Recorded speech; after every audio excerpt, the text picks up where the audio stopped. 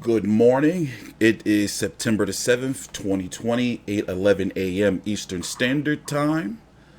November the 14th, likely around this time, should be about the co-feature or so for a fight that me personally, I'm going to cover. I'm going to provide in-depth coverage for if it happens. Me and my colleague Big J.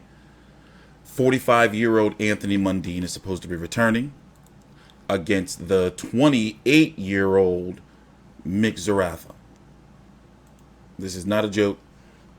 I'm TstreeT Controversy with Big J, FightView360.com. Let's start here. I feel good as far as I haven't lost my speed, I haven't lost my power, I haven't lost my boxing IQ. I'm working more on my craft now than I have. Trying to go out there and put on a show, and he said that he can, he's going to knock me out, and to give him the opportunity, he wants to make the biggest comeback in boxing history. So, I'll give him the opportunity. That's why I'm going to shock the world. I'm going to shock the world, and you're going to be there, and you're going to give me that apology after. In my own country, I've fought everybody, and all I want is Jeff Horn or Tim Tszyu. And unfortunately, I can't get them because they're fighting each other, and I want the winner. Call yourself the best in your division, but you're trying to duck fights. You called me out, so prove it. So put your money where your mouth is, mate. You know what I mean? So I'm here. We're waiting. We're ready to go. So I just want the winner. And shock them again. Because I believe I can beat him. I've been here with big hitters. I've been here with guys that can punch. So everyone out there that's listening, everybody, no matter who's around you, who's close to you, if they don't believe in you, there's only one person that's going to believe in you, and that's yourself. I don't know what's going on, and Jay, you there? Yeah, g'day, mate. How you going? Well, just to think when you think things can't get any crazier in Australia, we've got this that potentially could happen. So yeah, I don't know what to say. It's supposed to be November the 14th, about what, 9 weeks or so away.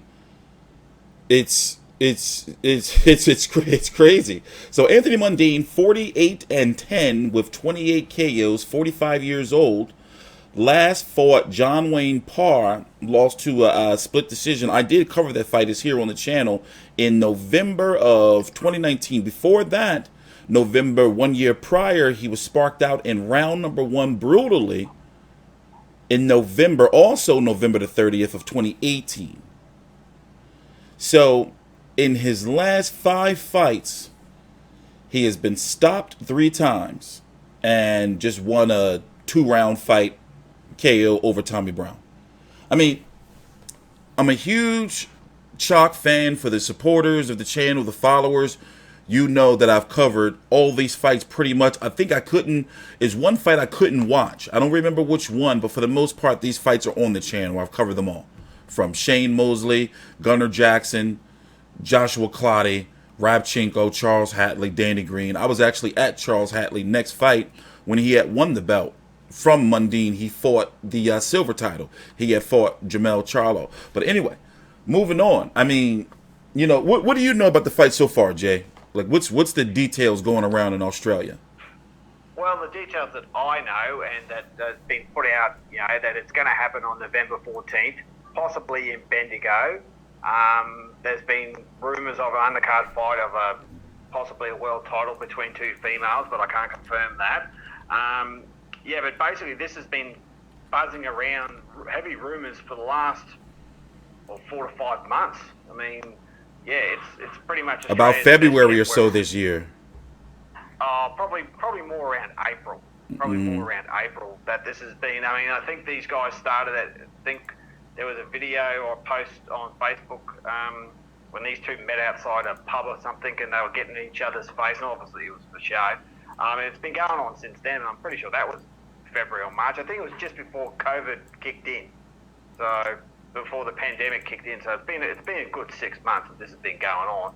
But from what I've been told, and what I know of the publications, and what I saw on the news on Facebook the other day on the news, Anthony Mundine, Michael Zerafa, November 14th, apparently in Bendigo. That's what I know, and that's what's been heavily rumoured for quite a few months now. I mean, at first I didn't think it was going to happen, because I got told by numerous sources that it wasn't going to happen, but obviously that's changed. So When did it change? In the last couple of weeks or so? oh no. I got told a while back that it wasn't going to happen, and then a month later I got told that it potentially was going to happen. So yeah. So basically, as you described, it is. How did you say it? It's Australia's worst kept secret, or whatever. Yeah, best worst kept secret. I mean, there's been heavy stories going around for months that it's going to happen. It was just a matter of when, and apparently, you know, as there's been no official announcement yet, which is why we're still all going, well, is this going to happen? Is this not going to happen? Because until a fight's really official, well, until they actually get into the ring, it's not going to happen. But you know, especially with COVID going on, nothing happens until it happens. So, but there's been no official announcement of the fight that I know of. Well, well, you know, what we're going to talk about next, you know, that you wanted to bring up, is it likely because they can't announce because they don't want to do what Horn versus Zoo did with no venue? Because, you know, tell us about the restrictions and the difficulties it's going to be to find somebody or find, you know, a town to pick up this fight where fans can attend, but also, you know, what is the pay-per-view going to be like? Who's going to broadcast it? Well, I don't know. I mean, I'm tipping it'll most likely go on Epicenter TV, a streaming service. I don't think it's going to go on main event pay-per-view. I could be wrong. But the problem is that initially they wanted to have the fight. I mean, it's been announced for a long time that Zerafa's next fight's going to be in Bendigo on November 14th. They were just waiting for an opponent to be announced. Mm-hmm. The problem is that the Premier, Daniel Andrews, has just extended the lockdown. So nothing's... The full restrictions of the lockdown won't be fully, you know, fully stopped until November 28th, and that's if the cases get to 5 or below per day. So regional Victoria, which is where Bendigo is still in stage 3 lockdown. So until that changes, the fight's not going to happen in Bendigo, let alone Victoria. So they're going to have to take it somewhere else. So they're going to have to put it in another state because it's not going to happen in Victoria. Well, where could the fight possibly end? I'm talking about the most likely place. If the fight goes through, where would it most likely end up? You know, and that's including restrictions and all. Probably Sydney or Queensland. The thing is, Queensland shut the borders off, right, to everyone because, you know, they shut the borders off before the Horn Zoo fight, but the AFL players, all their wives and girlfriends can still go through. So it's a bit of I don't know. I mean, I'd be tipping probably Sydney because Mundine has a lot of, media pool in Sydney. He's probably got a lot of contacts in Sydney that he could make the fight happen there. Mm-hmm. Maybe Newcastle. He's fought in Newcastle more than once. He fought Joshua Clottey in Newcastle. There would probably be I can't remember the arena's name, but there would probably be, I think it's 8,000 seat arena in Newcastle that they could put it there. So I'm probably tipping New South Wales because I don't think that, even though Queensland has stolen the AFL grand final from Victoria, the AFL gave it to Queensland, which I still can't figure out. Queenslanders don't care about the AFL. Probably most likely New South Wales, but maybe a place like Newcastle, which is or possibly Queensland. Or it depends what state lets them in the door. I mean, if they can have crowds, I mean, because South Australia doesn't have any problems, Western Australia doesn't have any problems. It depends what state throws a hand up and go, well, you can have it here. So, yeah. So I mean, I don't know, but I'm tipping it's not going to happen in Victoria. What's the fan appeal on the fight? Like, are people clamoring for this, or you know, do you think that wherever the fight lands, you know, it's going to be a successful event? Well, I can honestly say that every person I've talked to has just gone, really? Yeah. Really? You know, they've just groaned and gone, oh. Because the general consensus is that Anthony is going to get hurt. And no one wants to see that. There is a bubble of concern around it. Because every person I've talked to about's gone, this is only going to end badly. Right? This is only going to end one way, and you know, people are actually concerned about Mundine's health. Yeah, I am too. Pretty much every person I've talked to has just gone, I hope he doesn't get hurt. It'd be like, you know, because we're going to be watching it, and we don't want to see that happen. Oh, definitely not. Definitely not. I mean, there are still a lot of Mundine, haters out there that would like to see him get beat up. Yeah, but come on, he a person. I mean, you don't want to see him get hurt. You know, Oh, no, no, no. I maybe mean, maybe if Anthony. you don't like him, get a little. Maybe you see him get like a lot of people like seeing him. What happened with Jeff Horn, but you don't want to see him get hurt. This is a case where he can legitimately get hurt. Oh well, I mean, look what Joshua Clottey and Charles Hatley did to him. He got hurt in those fights. Yeah. I mean, he got hurt in those fights, and I mean, this fight, in my opinion, is just unnecessary, and it's a lose for everybody. I can't see. Let's get into that next. You were talking about first, like what does Mick Zerafa have to gain, and what does he have to lose, and let's also. I never knew about this Mundine curse until you brought it up, and I have all the names pulled up on BoxRec. So if you can just guide us through that. Okay, well, this is my own theory. No one else has thought up of this. This is just the world according to old mate Big J. So this is not a thing that's floating around. This is just something I've come up with my own theory through the facts and figures. All right, here's the thing. Any Australian fighter of significance, the only two exceptions are Ryan Walters and I think Shannon Taylor, but they're both retired now, I think, right? That fought Mundine, right? Once he became a world champion from the first Danny Green fight onwards. Okay. If you lose to Mundine, you'll become a world champion. If you beat Mundine, your career falls apart. Now, first, let me say this. A lot of fans, especially for American fans, the IBO over in Australia and that Oceanic territory is considered a world champion. It's highly respected. So we have to make sure we put that out there. Yeah, correct, yeah. So when he's talking about, fights like, belts like the IBF, the IBO, and I'm looking at Danny Green. What was it? The WBA, but anyway, the IBO. So, all right, let's go. All right, moving forward. Okay, so Danny Green, this first really started from the first Danny Green fight. Now, Danny Green initially fought Mundine in May of 06. Mm-hmm. Danny Green lost that fight pretty bad. It was 10 rounds to 2, right? Correct. 2007, Danny Green wins the WBA light heavyweight championship, becomes a legit world champion. Yeah. WBA regular world champion. Yeah. Right. From there, in 2009, because he retired and came back, he won the IBO cruiserweight title over in the States against, I think, Julio Dominguez was his name. And Is then that correct? Yeah. Yep. Then he beat Roy Jones Jr. Fantastic fight. Blah blah blah blah blah. Then he became a 2-time IBO cruiserweight champion. Right. Even had a shot at the WBC cruiserweight title. So his career took off. Now in the rematch when he fought him in 2017, he won, even though a lot of people disputed it, and then he retired. So because Danny Green was I think in his 40s in that fight, and he had enough, so he retired. Yeah. Right. So we'll move on to the next person. Garth Wood was probably the shock of Australian boxing because he actually won the Australian version of the Contender. Do you guys still have the Contender over there? Yeah, we had one about a couple years ago with Andre Ward and Asim Richardson, Freddie Roach, all them guys. Yeah, it's still around. Yeah, well, Garth Wood, because Mundine did all the Australian Contender himself. It was all backed by him. He did it, and Garth Wood, this bloke, a former NRL player, won it. Mm-hmm. Garth actually knocked out Mundine in their fight.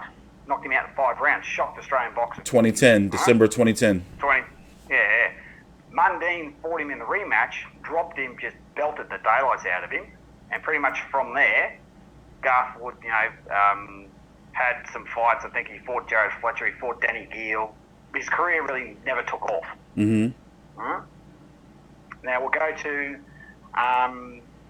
Jeff Horn is the most recent example of this. Okay. Jeff Horn knocked out Mundine in 96 seconds in November of 2018, passing of the torch, took it from Mundine to Jeff. All right. Since the Mundine fight, Jeff has been belted twice. Yeah. By Zerafa and Zoo. Mick Zerafa, and possibly put into retirement by Tim Zoo. So, Daniel Gill. So Daniel Gill is probably the best example because Daniel Gill first fought Mundine for Daniel's IBO middleweight title in May of 2009. Chock won that fight by a split decision, right? And then Daniel went on to become the most successful middleweight this country has ever seen. Won the IBF title from Sylvester Sebastian in Germany in 2011, I think. Defended it against Felix Sturm, who Yeah, had beat Oscar won- De La Hoya, by the way, or was robbed. Yep. Yeah. Danny Gill became the most successful middleweight this country's ever seen. Yeah. Right? Won the unification bout, the only born and bred Aussie to ever win a unification bout. I'm not counting Kostya or Victor Chinin here, because, Kostya's Russian, Victor Chinin's Armenian. But only born and bred unification bout. And I'm talking unification, I'm talking title for title, not like Lionel Rose, who won 3 or 4 titles when he fought fighting Undra. I'm talking he put his title up against the other bloke's title, and he won. Only born and bred Aussie fighter to ever do that. Right? Now, Gill fought Mundine in the rematch in 2013. He won that fight, and pretty convincingly, 10 rounds to 2. The very next fight, Danny Gill loses his title to Darren Barker in controversial circumstances. Right? From there, I think he fought Garth Wood. Danny went to Triple G, who annihilated him in 3 rounds. Then he fought Jared Fletcher, right? And then Miguel Cotto knocked him out in 4 rounds, and then his final fight was against Ronald Quinlan, who knocked him out in 2. Yeah. So Daniel Gill is a prime example of, if you lose to Choc, you're going to become a world champion. And if you win, your career is going to fall apart, which arguably, I would argue that that's exactly what happened. Now, Sam Solomon's another one. Sam Solomon lost to Choc 3 times, in 01, 07 and 08. And then in 2014, at the age of 40, became the IBF middleweight champion. Yeah, I covered that fight. Brown. That video's on the channel. Yeah, and Tommy Brown's another example. Tommy Brown got knocked out by Choc in early 2018, and then he's won 3, even though they're minor titles, but still 3 versions of the super welterweight. And he's still around. He just fought in March. He's still around.